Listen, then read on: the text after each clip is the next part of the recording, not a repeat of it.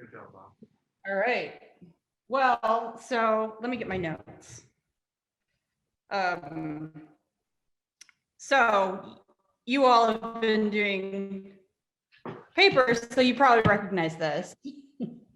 I always start my talks with this picture because I think it's like a really good portrait of me because of those arm muscles. Yeah, looking ripped. Yep, which I got from farming. Yeah. Not so much from paper making. They have helped me. So I don't have super elegant hands, but that's fine. So here you can see I'm pouring the pulp, which is tinted, over an armature, which is actually made of string. Do you But mind anyway, do you mind if I interrupt you a little bit to ask you some technical questions along the way? yeah, totally. So this pulp that you're using right now, what is it? So what that was a mix of cotton and abaca. Uh-huh. And I use that, like, abaca has a lot of strength and cotton is cheap and abundant. So I can show you the machine that I use to grind it up later, but because it's sculptural and it's not necessarily like important that it's a fine paper product, I don't want to spend a huge amount of money on my materials. And so this is actually a great basic mixture. And So. is that how you get this kind of like mucusy looking material when it dries, is with the abaca, or is it the cotton? That's the abaca. Okay. So abaca is, it's a plant that, it's in the banana family. It looks just like a banana plant. And it's, the fiber that you use is from like the veins that go up and down the plant. Okay. So they're really strong. And basically like that's called bast fiber. So any kind of fiber that grows up and down, like hemp is really strong. Flax is really strong. Those are both bast fibers and they're great for paper, but they're a lot more expensive and a lot more, they're kind of a headache to prepare. So I use them, but not as much. And I wouldn't something like this. Thank you for telling me. Sorry to interrupt you. I'm fascinated by this mucusy material that you're getting. Great. For lack of a better arty word. Yeah. One of my little students said it looked like glue. Yeah. So. Well, I was wondering, like, if you were starting to use a lot of like glues and stuff or binders of some kind.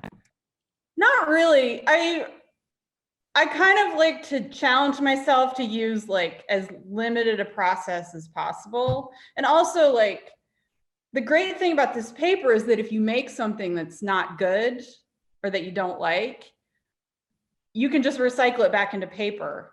But if you use like, you know, sort of plasticky based glue, you can't do it.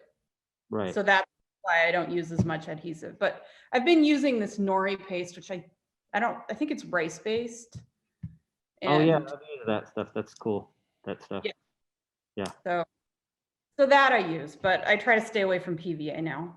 Yeah. Okay, sorry. That's okay. So this is how I got those muscles. This is the kind of work I did after college. So I got a BFA from the University of Kansas, like, God, almost 25 years ago. And I guess I didn't really believe in that I was talented enough to make art work for me as a career. And so I went to this other lucrative job, organic farming.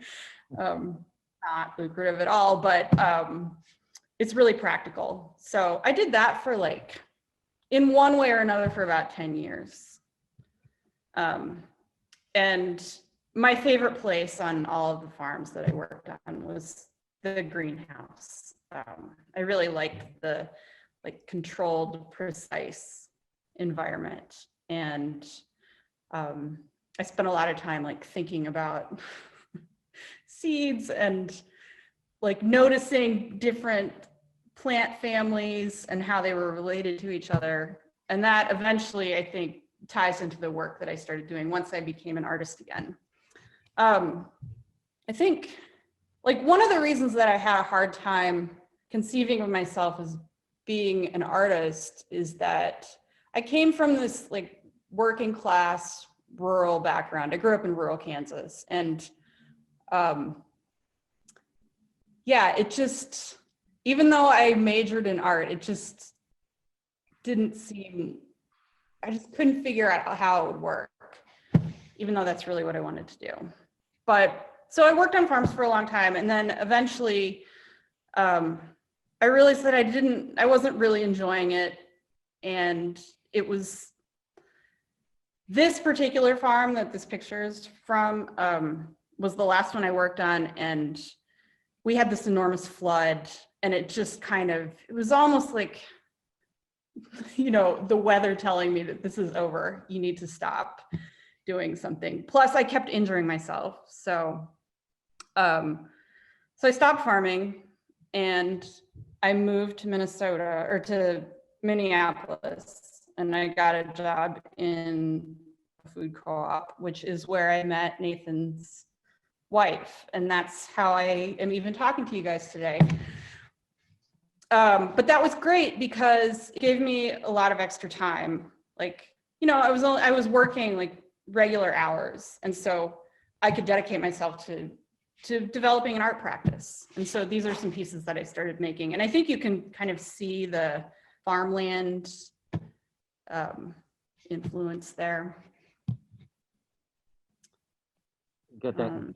What is it? Gee's Bend? Is that the have you been watching that lately about the quilt makers? Yeah, the class that I teach in Milwaukee, we did a whole unit on patchwork, and that was one of the main people that we worked at. Yeah, I definitely was influenced by them too. Yeah. And textiles they're a really easy thing to get into if you don't have access to any sort of studio material or studio equipment, which I didn't. So, but it's pretty easy to get a sewing machine and a needle and thread. So I was mostly doing textiles. And then I was working, here's the produce department, where I worked on one of its good days.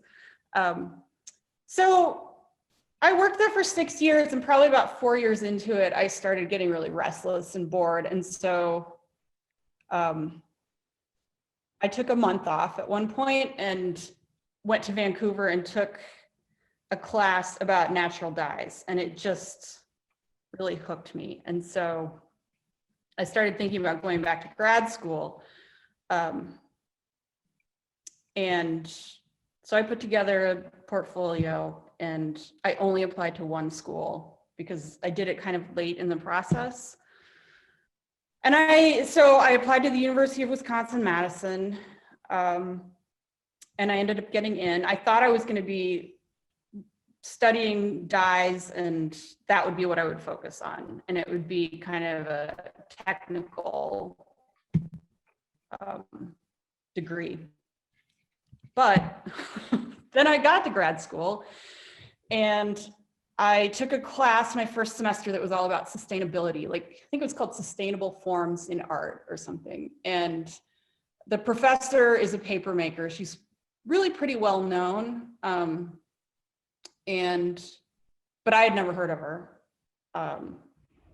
And the first project that we did was we went out to this, it's like a restored prairie, and there are a lot of mulberry trees that they're invasive species. And so the person who works out there, or who owns the places, he always wants people to come and take his mulberry branches. And the great thing about mulberry is that it makes the really excellent paper.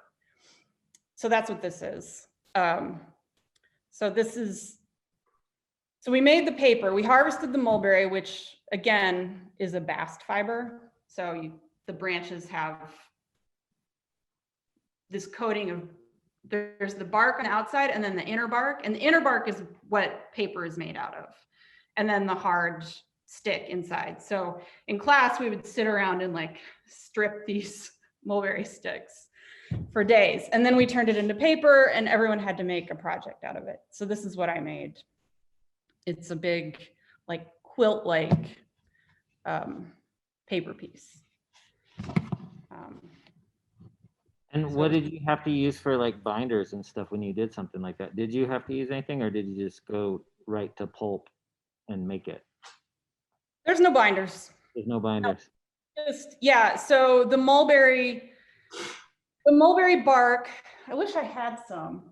Mulberry is actually a really common like Asian paper fiber. A lot of what's called rice paper is really mulberry. So we stripped it off the sticks and then cooked it in soda ash and then rinsed it. And this was mostly my job as the only grad student in the class, which was fine. Because one thing about farming is that it really gives you a work ethic, which is something that I definitely have. And then you put it in this machine, and it really doesn't take long to beat it into pulp. But yeah, it's really strong paper, and you don't need any binders or anything, just the pulp. So. Awesome. Yeah. So I started doing installation work, and this is an installation that I did sort of midway through grad school. And so one of the great things about going to a big university like the University of Wisconsin, rather than like a small like art school, is that you have access to all of the departments and research. And so I took this class called ethnobotany. It was great. It was so interesting. And like a lot of my work up until this year has been inspired by the things that I learned in that class. So one of the concepts that I was really interested in was domestication, which is like how wild species change over time into domesticated versions. So one really common thing that people talk about is maybe like wolves gradually, through contact with humans, changing into dogs. And so like the original form of the animal is much different from like a poodle, for instance.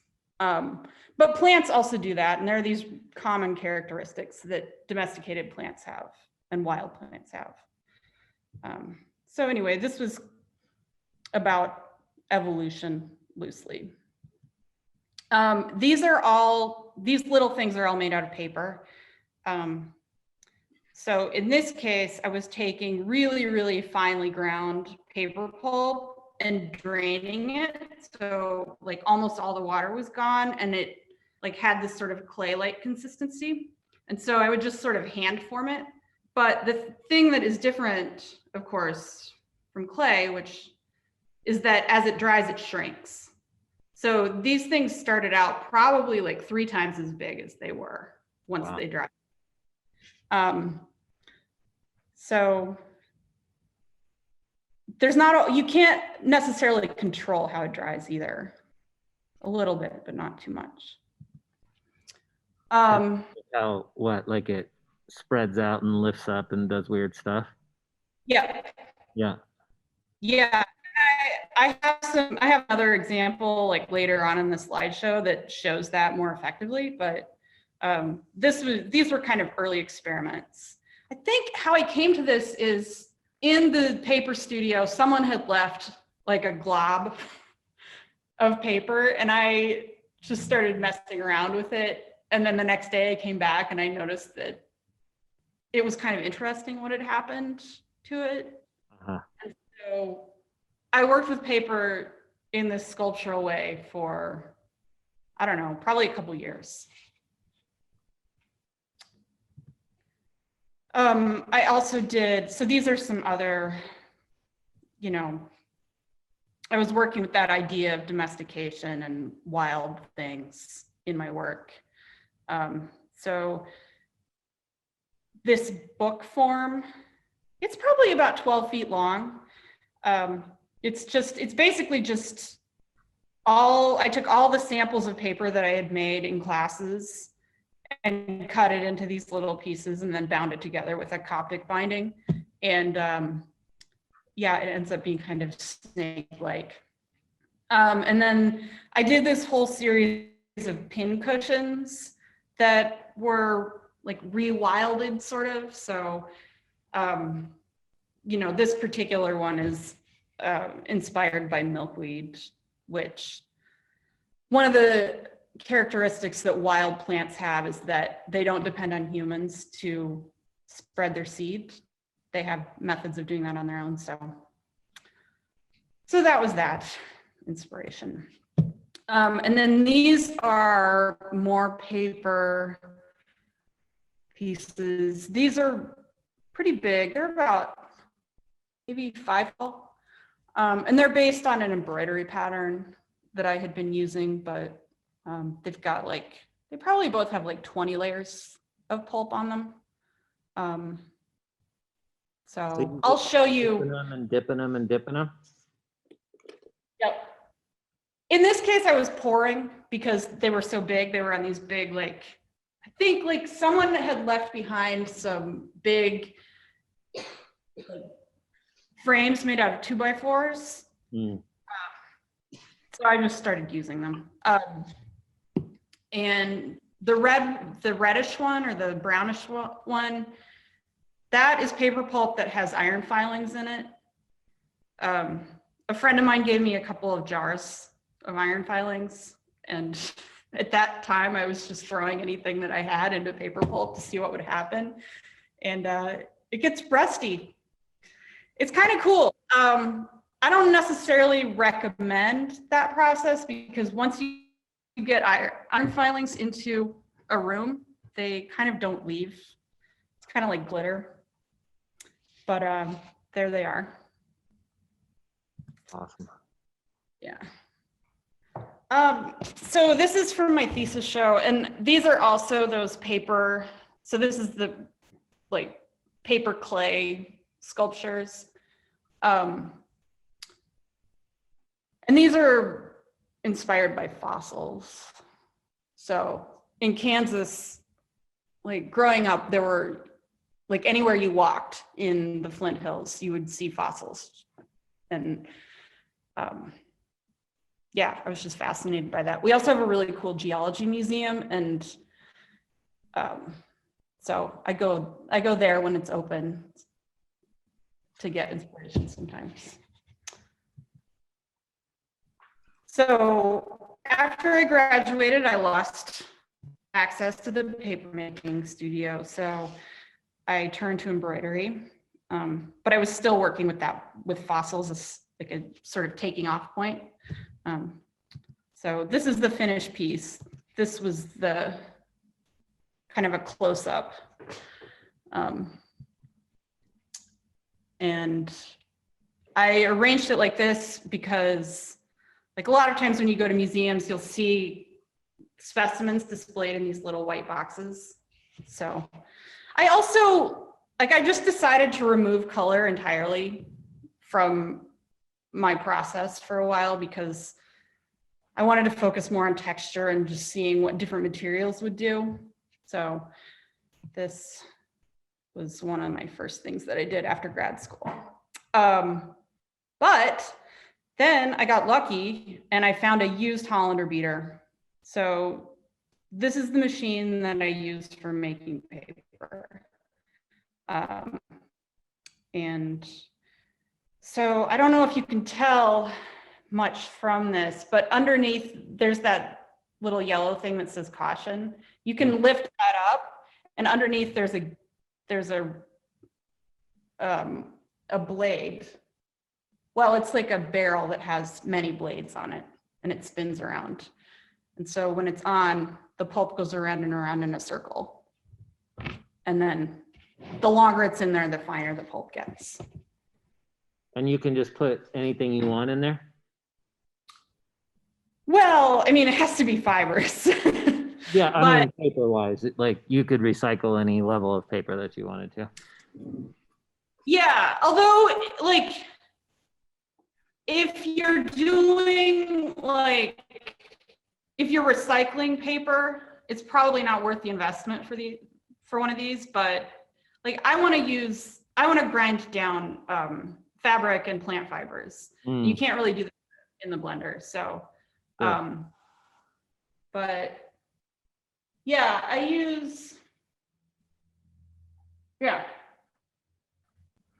but yeah, there's like I did a project when I was in grad school. I collected nettles, and that was very like a little painful, but you can make good paper out of nettles.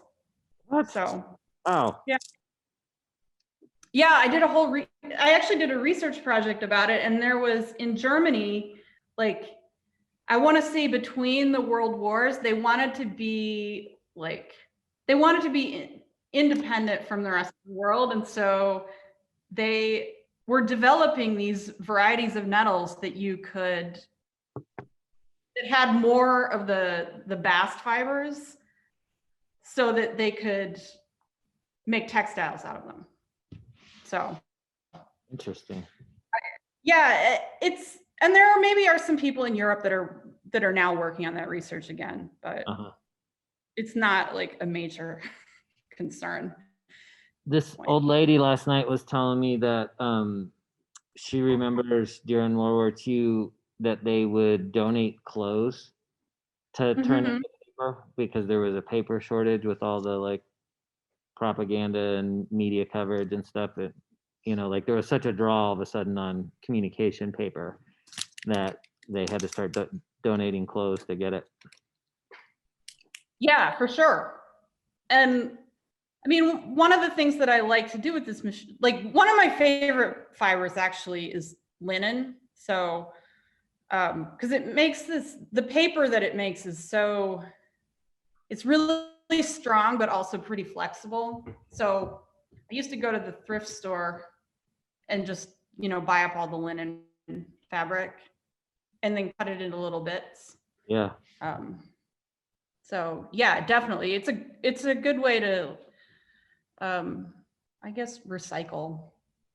Yeah. So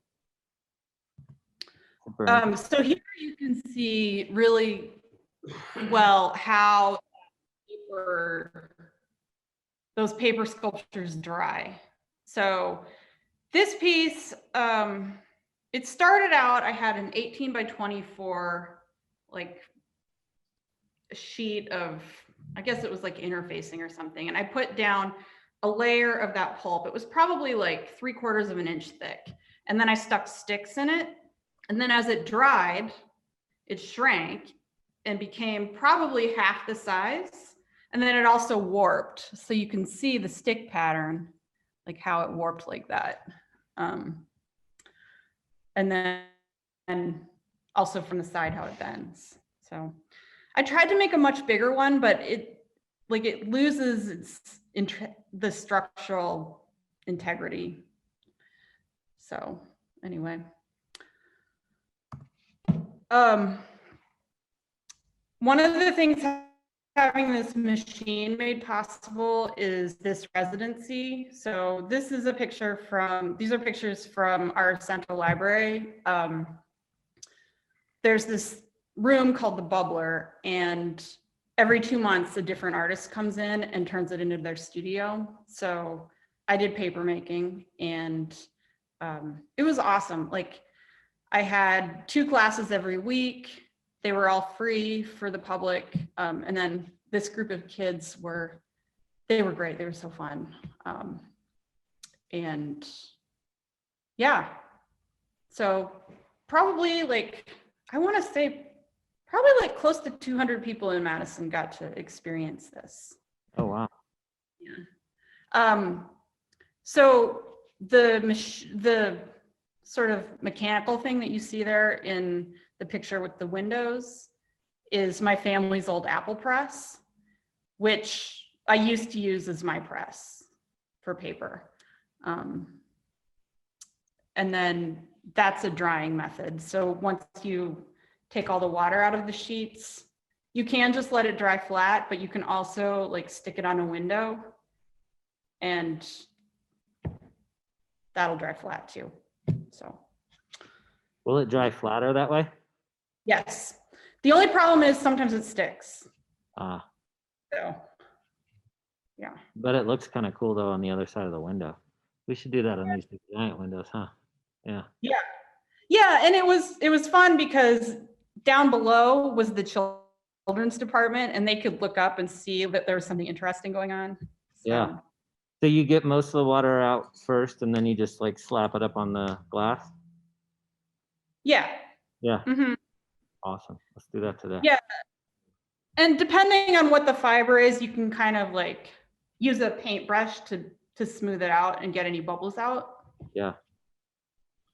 So, yeah, that was really fun. Unfortunately, our library is closed right now because of COVID. So hopefully soon it will reopen and we can have this good thing back. Absolutely. So the other thing during that residency is that I got to work on my own work. And so I started developing the technique that the show that I have at Montana or it's University of Montana Western. Mm-hmm. Anyway, at your school. It all started basically during that residency.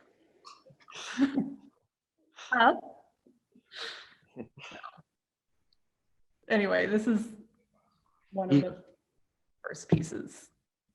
And then like over time, I started developing that technique and it's all based on threads held in tension and then dipped in pulp. And there's just like, I've tried all different ways of making patterns and I've tried different kinds of pulp and different kinds of colorings. The black one here has charcoal, like powdered charcoal in it. And the pink one is made of kozo fiber with a little bit of this pigment called, I forget what it's called. It's interesting because it's brown, like in the container, it's brown, but if you just use a little bit of it, it is a pink sort of blush color. So. Those two look so good together too. I love like gray and pink side by side. I know, me too. It seems like everyone does. These I put they were in a couple of shows and then a store here in town took them and they both sold. So Okay. that was nice. Ooh. So in 2019, I had a residency at this place called Women's Studio Workshop.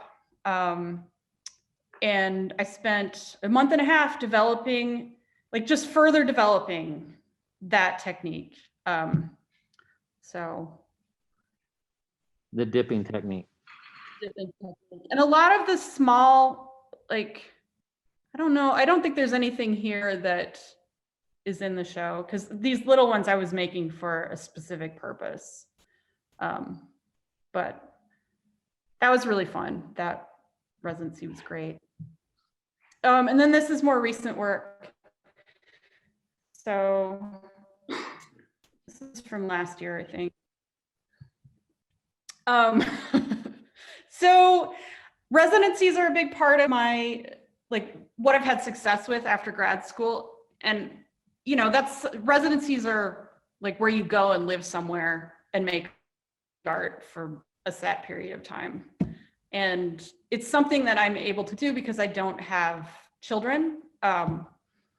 And so there's lots of different ways to make your way in art. And this is what I have done. Other people that were in my class in grad school, most of them have kids. And so they've had to do different things. Or they just have to wait to do residencies until their kids are a little bigger.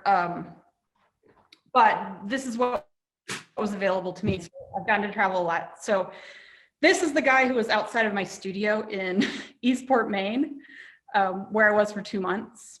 Oh, I love Eastport. That's such a good town. Have you been there? Yeah, I used to sail up there quite a bit. Really? Yeah, it's true. Yeah, it was amazing. There's a couple there who they have started, I think probably like 15, well, it's probably been more like 20 years ago. They started this arts institute and they've gradually built it up where they have this residency program, which is, it pays pretty well. And I was there, I was the only one there from September to November.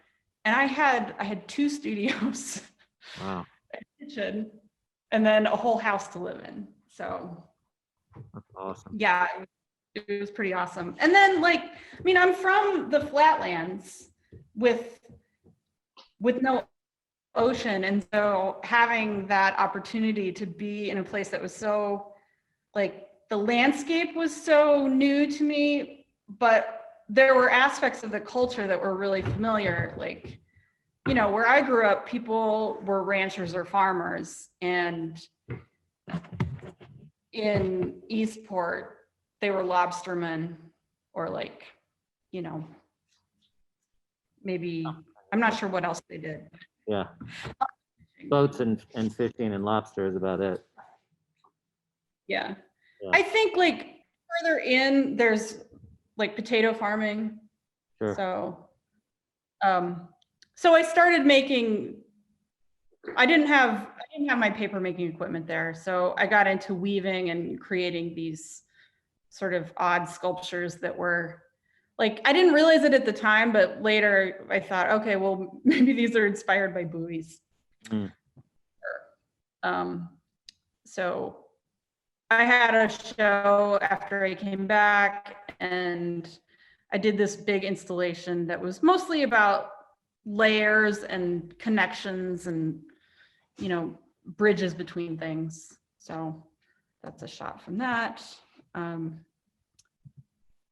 then this piece, I actually have made more of these, but this was inspired by a fossil. So yeah, I used to do a lot of soft sculpture and I think I have burned myself out of that. So this is from, I guess like last year. And this, like putting together this little sort of found object installation, it felt like this is how I played when I was a kid, was I would find things and put them together. And I don't know, it was a really fun thing to put together. And I don't know if there was necessarily any particular specific meaning to it, but it felt right, I guess. So here's some close-ups. You know, it was a lot of, one thing that I find that I do is I will get really fixated on certain other artists. And at the time that I was making this, I was really into this guy, Sia Armanjani. I'm not sure, he's from St. Paul. He actually died last year, but he did all these little architectural models that I found super fascinating. So it's kind of like an homage to him, I think. I recycle things into my installations. This is something that I just took down. It was at the school where I teach in Milwaukee. So yeah. And you have another show up right now, don't you? So I just took it down, but this is a shot from that one. So in the last, my work has become like a lot more personal and somewhat political, I guess, just because there's been a lot going on in the world. Maybe there always is, but I think with the pandemic and with like, I guess it was about a year ago that we all had, at least here in Wisconsin, everyone had to go home and stay there. And I live by myself. And at the time I didn't have a studio. So I was just in my apartment. And so I started embroidering again, because that's what I had available. And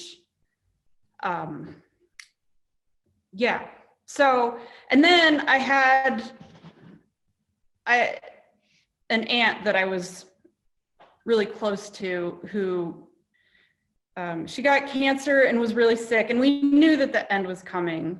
And so I decided that this work would be dedicated to her. She's the one who taught me how to embroider when I was like 8.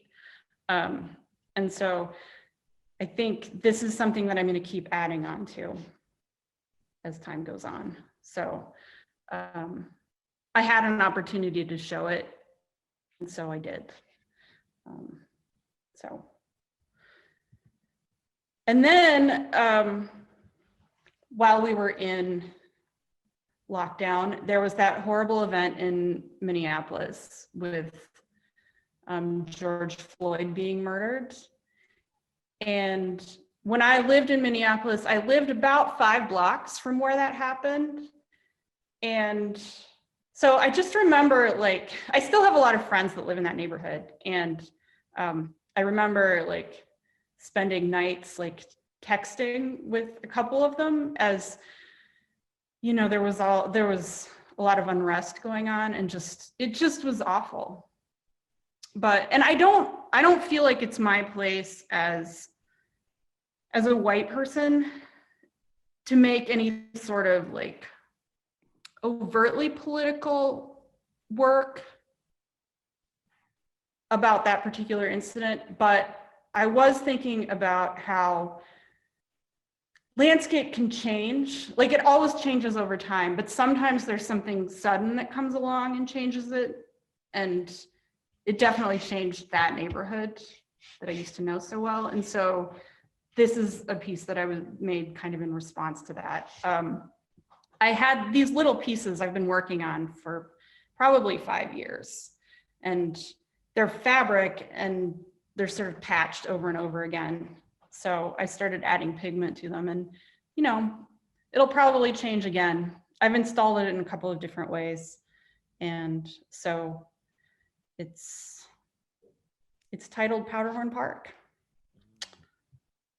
And then also, there's a lot of chaos in the States right now. And so I'm working on, I want to make 50 of these collaged pieces, and then install them all together, I guess.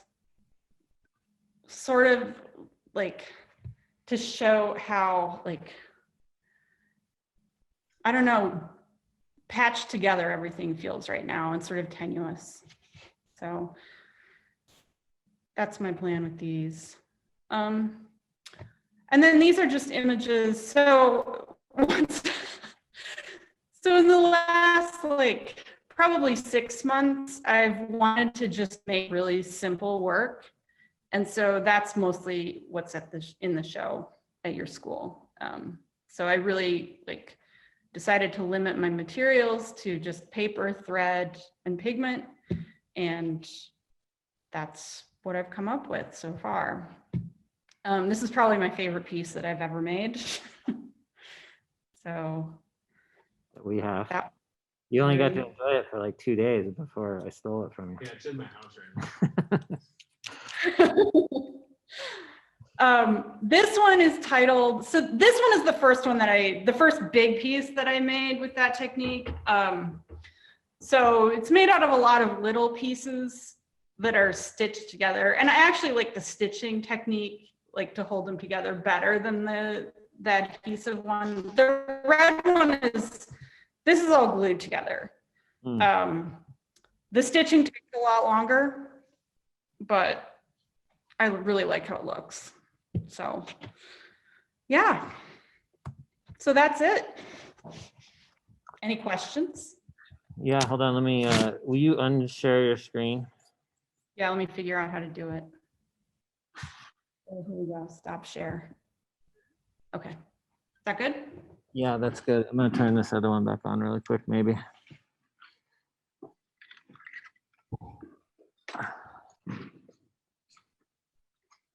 We'll see if we can get it worked out, you know what I'm saying?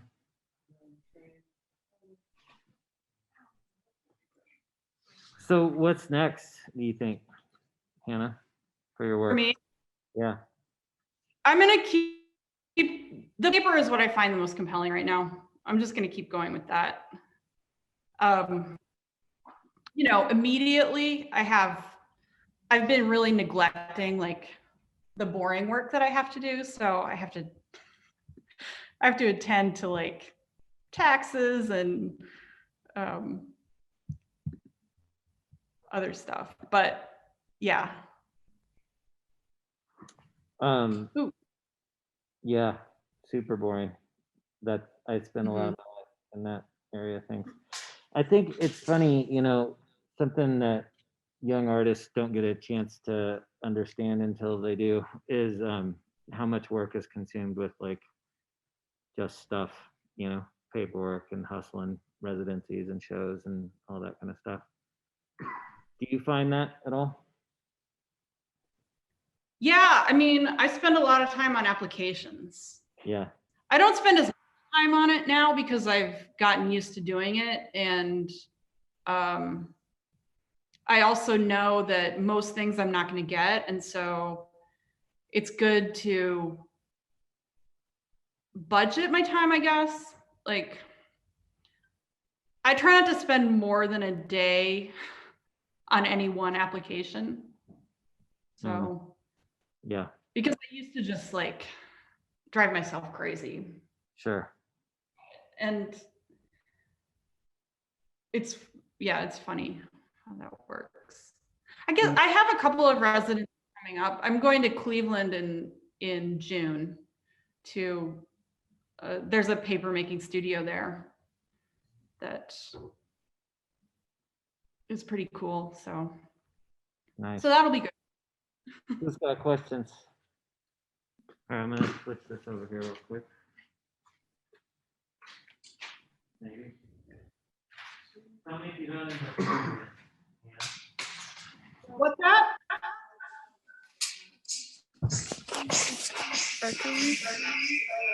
Oh, whoa, whoa, whoa. Whoa, whoa.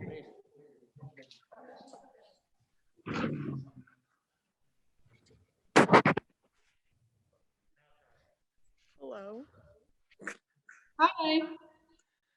Hello. I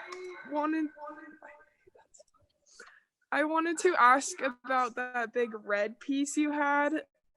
And I was just wondering how you got like the gradation of the color, like that ombre effect so evenly. That was my question. So let me get my pigments. Hang on.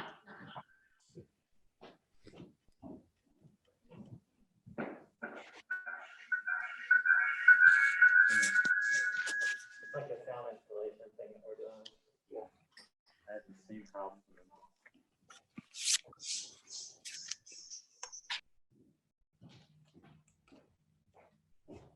All right, so this is the orange. It's Havana ochre. And then this is the red. So it's called Ercolano. Basically what I did was I mixed up a bucket, and like that piece doesn't take very much pulp. Like those pieces are pretty thin. So I mixed up probably like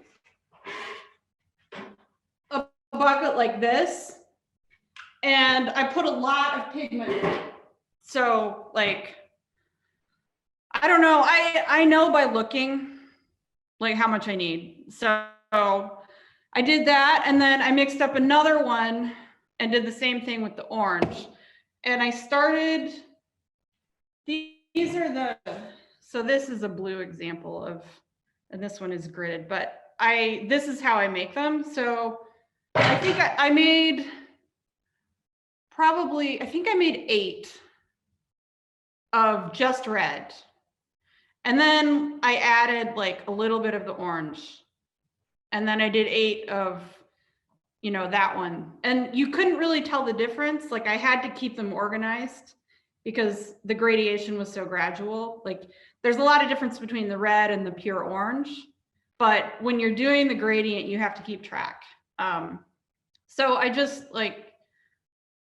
added small amounts of the orange over and over again until basically had taken over.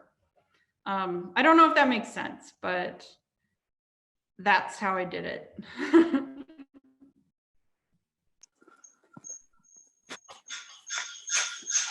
Hold on, I'm gonna turn that down. What? Not that.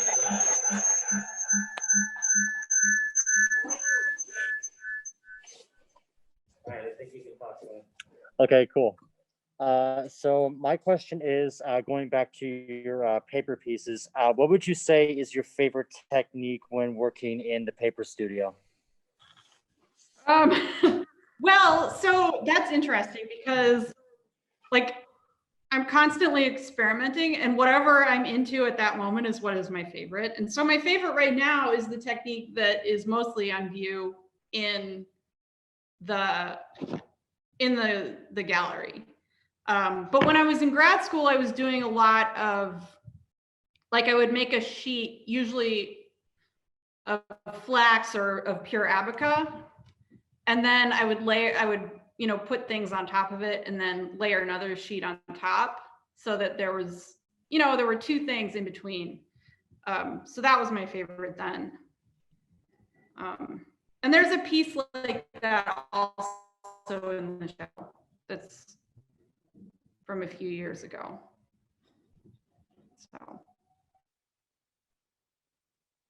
Okay, so I'm going to show you how to make this very simple thing that is very cool, actually. So I don't know if there's a like special word for this technique. My professor just called them string grids. So that's what it is. So what you do is you get a frame, and I just periodically go to the thrift store and find the good frames that are the size that I want. And then I come home and take all the glass out, and then, you know, then I have a cheap supply. So what I did was I took sewing thread and I wound it all the way around one direction and then the opposite direction. And it's pretty taut. You don't want it loose. It needs to be on there so that the strings stay straight. And I use sewing thread, but you can use all kinds of different things. Just don't use anything that's too fuzzy. So there's my string grid. And then here I have pulp. It's cotton and abaca. And what I'm going to do is just dip this in, swish it around, and then you pull it out. Nice. That's it. And I have lots of little pieces of lumber laying around. What I usually do is like sort of balance it on the edge. You don't want to lay it down like this because then you'll mess up the bottom one. So what I do is I let it drip, and then once it stops dripping, I lean it against the wall and let it dry. And if you put a fan on it, depending on how thick the pulp is, it'll dry in like half an hour. So, and then you cut it up. How many layers do you do of that? Well, this layer, this has two layers. But you can just do one. Yeah. So this is sort of the beginning point for all of the work that I've done that's in the gallery. I've done a lot of experimenting and developed that technique, but it really started here. So, but this in and of itself. So, 1 second. Shelby's got a question, but I'm gonna translate it so I don't have to give her the iPad.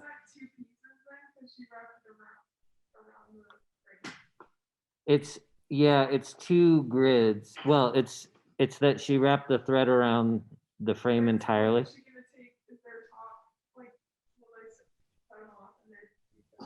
Yeah, right. You'll cut it off and there'll be 2 separate pieces because you have a front and a back to the frame. yeah, exactly.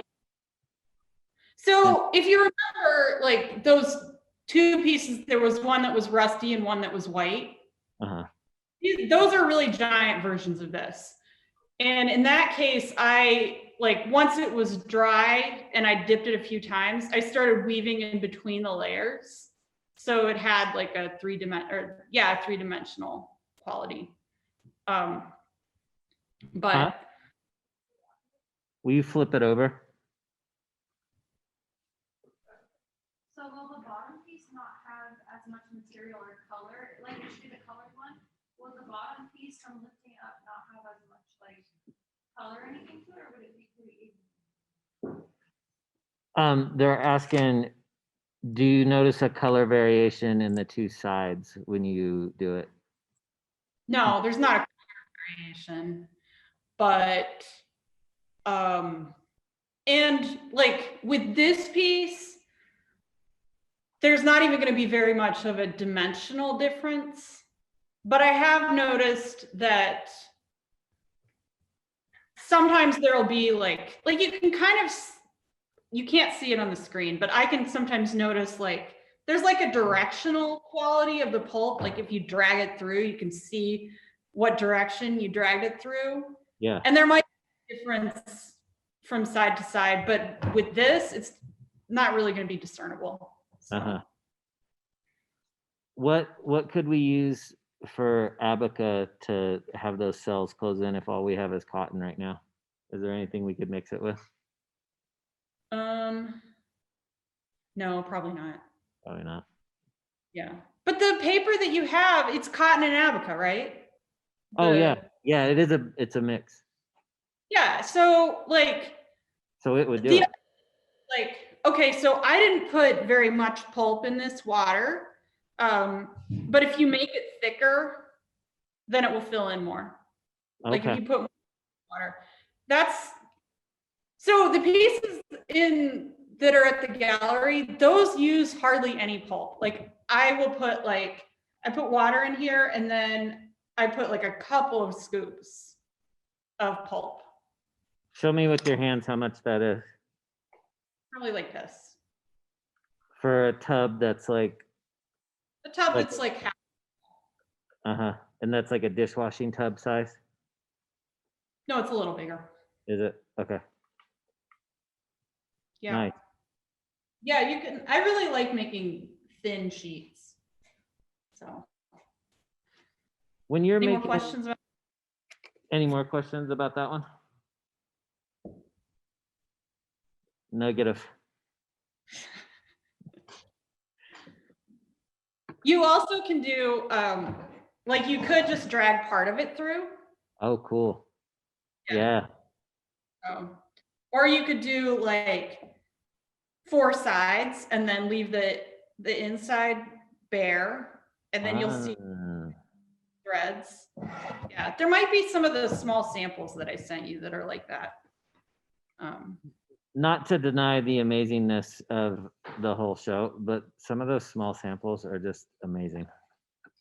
It was hard for me to decide which ones to put up on the grid. I love them. Small work can be good. Yeah. I had a question for you. I'm trying to think of what it was though. Keep going. I'll think about it. What it had something to do with. Oh, so you're saying you'll do that and then you'll hang it on the wall, right? I mean, you'll drip it and then you'll lean it against the wall. And Yeah. then you put fans on it and it'll dry in like half an hour. Mm-hmm. And then you could clip that out of there and it would maintain its flatness-ish, or are you going back and ironing it or doing anything like that? Nope, it comes off just like this. Nice. Yeah. And like, it really depends on the fiber that you're using, but like cotton is a lot softer, but it's still going to be pretty stiff. Sure. So, yeah. Awesome. All right. Okay, well, I'm going to shift things around to show the next thing. Okay. Oh, here's some really elaborate versions of that technique. Like, so Oh, I cool. would start with like, you know, maybe just like small areas, dip it, and then add more threads, dip it again, add pigment, more threads, dip it again. So maybe I'll finish these someday. I love that on the frame. It's got that like stretched hide kind of feel to it, you know? Yeah. Yeah, people always like them on the frames. Yeah. So I guess I should get more intentional about that. Okay.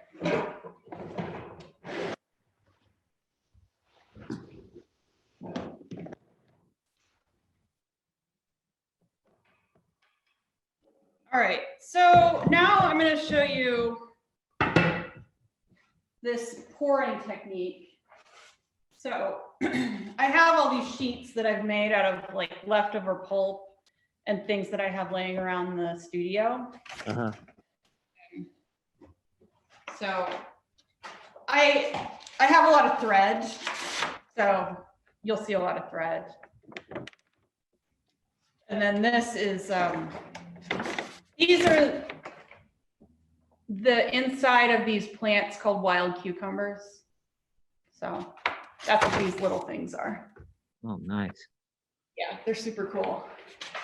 And it's like going out to gather them is really fun to do with my nieces.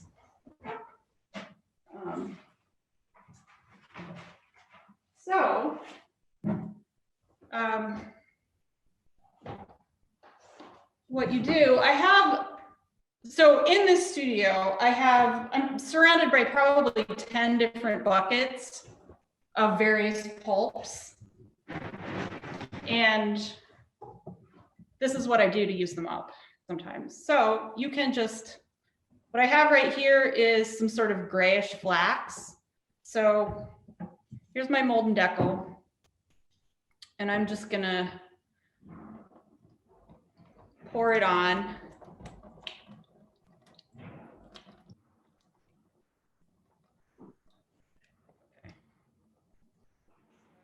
Can you see that? And flax is like, describe flax for us, if you could. So flax it's what linen is made out of, but Okay. the plant fiber before it gets processed into yarn. Okay. And it makes it has a translucence to it. And the only reason I'm using it is because I have some that's getting really old. Uh-huh. So I need to use it up. So, okay, then I want to put some of this thread down. So I'm going to lay that here and here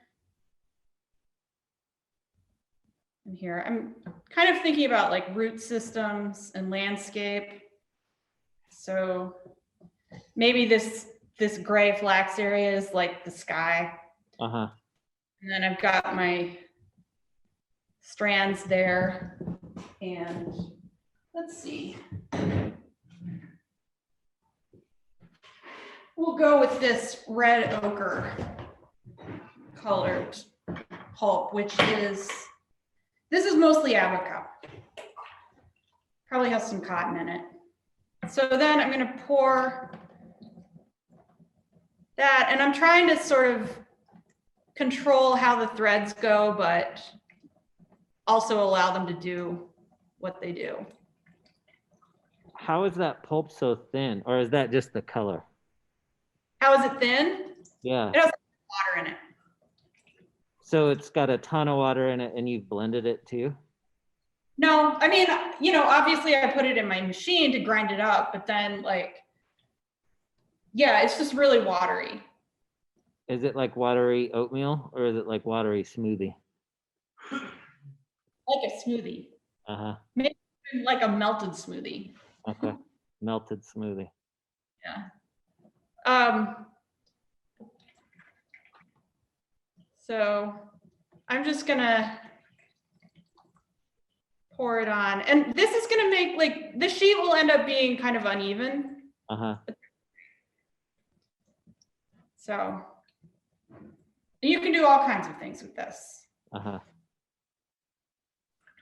So after you've done the pour technique, and this is obviously draining into this, that's an empty tub underneath you, I'm assuming, or it was. And then how long are you gonna let this strain before you mess around? Like, what's the timing on something like this? Well, so you all have done the dip method, right, of making a sheet. Mm-hmm. So you know what the sheet looks like when it's ready to be cooched onto a felt, or I don't know exactly the technique that you're using. You know when it's ready to take it off of this, right? Yeah. When it looks like that, like this is the same thing basically. Okay. This is still a little too watery. You also could just let it dry on this screen. Yeah. Since I have a studio that I'm not sharing with anyone, I have the luxury to just leave it if I want to. Sure. But I usually leave it overnight, just because this is just something I do, as I was saying, to use up pulp, and then it's not the main part of what I'm doing right now. So I don't know. It's just like, maybe at the end of the day, I'll make a couple, and then I'll come back in the morning and cooch them and put them. This is my press right here. So put them in there, and then back there is my dry box. Your what box? So, dry box. Okay. And do you press it? So you press them to get all the moisture out? That you can. And then you put them in this dry box, and do you put weight on them or anything when they're in there? Yeah, so I don't know if you can see back there.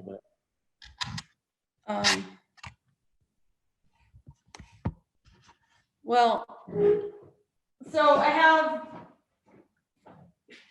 basically I layer the damp sheets between blotter paper and then these cardboards. Yeah. Lay the whole thing down, and I put a fan behind it, and that makes them dry flat. Okay. I'm having trouble lately with some of the plain paper that I've made for someone. It's not drying completely flat, and I need to solve that problem. How wet are they when you put them in there? What's that? How wet are they when you put them in there? They, like, I would like to get them as dry as possible, because like that keeps the cardboards are kind of expensive, and so like you don't want it wet enough that it's going to soak through the blotters and get onto the cardboard. I see. So you just have to experiment with that. Yeah. Awesome. You're gonna have to send us pictures of the stuff that you made afterwards. Okay. There's another thing that you can do with this pour technique. So because I work so much with thread, I have a lot of spools laying around. So that's what I'm using. But you can put things on your mold and decal, and then pour around them. Oh, cool. And make holes in it? Yeah. Nice. So, and then once it's drained, like once most of the water is drained out, you can choose to take out the objects and then pour more pulp, maybe of a different color, on those areas that have been blocked out. Oh, wow. Yeah. Oh, I see. So like you could let this thing dry, and then you could come back with one that was like abaca heavy and translucent, or what did you say you were doing? Like a flaxseed or something. That was more transparent and you'd be able to see the holes through the paper kind of thing? Mhm. Oh, that's cool. You guys should remember that. That's a good one. You understand what she's saying? She's like putting objects, so you know your screens?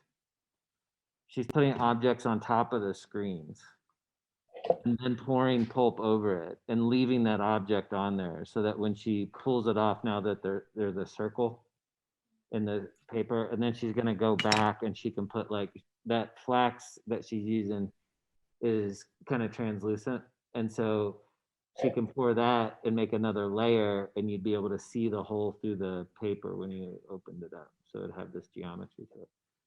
That's a good one. So, I mean, this my really final. ran for a while longer, but so I've taken that off and you can kind of see the hole here. Yeah, that's super cool. Yeah. Those two look really nice together too, that ochre and that flax. Yeah. It'll dry a lot lighter Will it? is the thing. Yeah. Yeah, it's sometimes a little like disappointing to see. Well, it's like when you get rocks out of a stream. They look Yeah. so beautiful. This is the most amazing thing, and then you're like, oh, it's just gray. Yeah. Yeah. But you can do things like wax it. So let me see. I have some wax pieces. Oh, you wax the paper itself? Yeah. What kind of wax? Well, you know what? Someone taught me how to do this at a craft school. I think we use beeswax. Yeah. Oh. Yeah, this was much lighter. Yeah. So you have to be careful when you're using wax though. Like it can be dangerous if it gets too hot. Like you can hurt your lungs. So it's not something I'm gonna do in an enclosed space. Yeah. But I want to try it again. Huh? Yeah. That's awesome, Hannah. Thank you so much. Yeah,